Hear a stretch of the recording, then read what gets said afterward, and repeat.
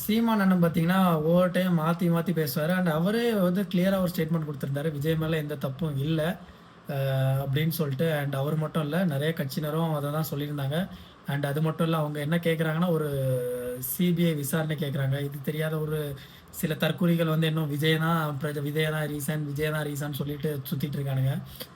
அதெல்லாம் கேட்க வேண்டாம்.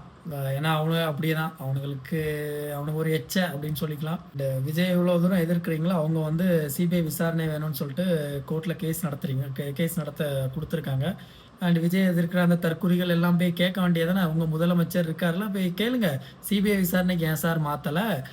ஏன் சார் நீங்க வந்து ஒரு ஒரு ஒரு ஒன் மேன் ஆர்மி மாதிரி ஒரு மேடம் போட்டு, அதாவது எக்ஸ் ஜஸ்டிஸ போட்டு விசாரணை நடத்துறீங்க? ஏங்க இதுக்கெல்லாம் ஃபீல்டு ஒர்க் வேணுங்க. ஃபீல்ட்ல இறங்கி என்ன வேணும்னு கேட்கணும். சும்மா போட்டேன், அந்த பொசிஷன ஏதோ ஒண்ணு ஃபில் பண்ணுனேன்.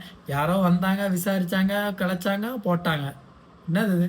இவங்க அந்த பொசிஷன ஃபில் பண்ணதெல்லாம் பார்த்தீங்கன்னா, இந்த லியோ படத்துல பார்த்தீங்கன்னா, அவருக்கு வந்து ஒரு செக்யூரிட்டி வேணும்னு சொல்லிட்டு ஒரு கான்ஸ்டபிள் ஒண்ணு போடுவாங்கல்ல, அதே தான் மைண்டுக்கு வருது. அப்படியே டிஎம்கே தப்பு பண்ணலன்னா, சிபிஐக்கு வழக்க மாத்தி விட்டுட்டு போயிற வேண்டியதுதானங்க. ஏன் இவ்வளோக்குள்ள தயக்கம்? ஏன்னா எல்லா ஆதாரத்தையும் அழைச்சிட்டு கடைசில எப்படியும் ஒரு 1 மாசம், 2 மாசம், 1 வருஷம் இழுத்து கூட அதுக்கப்புறம் நீங்க வந்து சிபிஐக்கு மாத்தி விடுவீங்க. எனக்கு பர்சனலா தோன்றது என்னன்னு பார்த்தீங்கன்னா, கண்டிப்பா கரூர்ல வந்து அ பெருசா பிளான் பண்ணியிருக்காங்க. அண்ட் இவ்வளோ தூரம் அது இவ்வளோ தூரம் போகும்ன்னு சொல்லி யாரும் எதிர்பார்க்கலன்னு தான் நான் நெனைக்கிறேன். கண்டிப்பா ஆளுங்கட்சி பிளான் பண்ணி தான் எல்லாத்தையும் பண்ணியிருக்காங்க. இது அப்பட்டமா எல்லாத்துக்கும் தெரியுது. அண்ட் இந்த ஆளுங்கட்சி அண்ட் விஜய் ஹேட்டர்ஸ் இவங்களுக்கெல்லாம் நான் என்ன சொல்ல விரும்புறேன்னா, இன்னும் 90s, 70s, 2000 மாதிரியே அரசியல் பண்ணாதீங்க. இப்ப அந்த அனுதாப ஓட்டு, மக்கள பலி குடுத்து ஓட்டு வாங்குறது தயவு செஞ்சு பண்ணாதீங்க. டெக்னாலஜி எவ்வளவோ இம்ப்ரூவ் ஆயிடுச்சு. நீங்க பண்ற தப்பெல்லாம் எங்கேயாவது ரெக்கார்ட் ஆயிட்டு இருக்கு. இன்னைக்கு இல்லன்னா என்னைக்காவது வெளியில வரும்டி. அப்போ உங்கள வச்சு நல்லா ஏத்துவாங்க. அப்போ வாங்குவீங்க நீங்க. விஜய் வந்து பார்த்தீங்கன்னா, எந்த ஒரு அரசியல் பின்புலமும் இல்லாம தான் அரசியலுக்கு வந்திருக்காரு.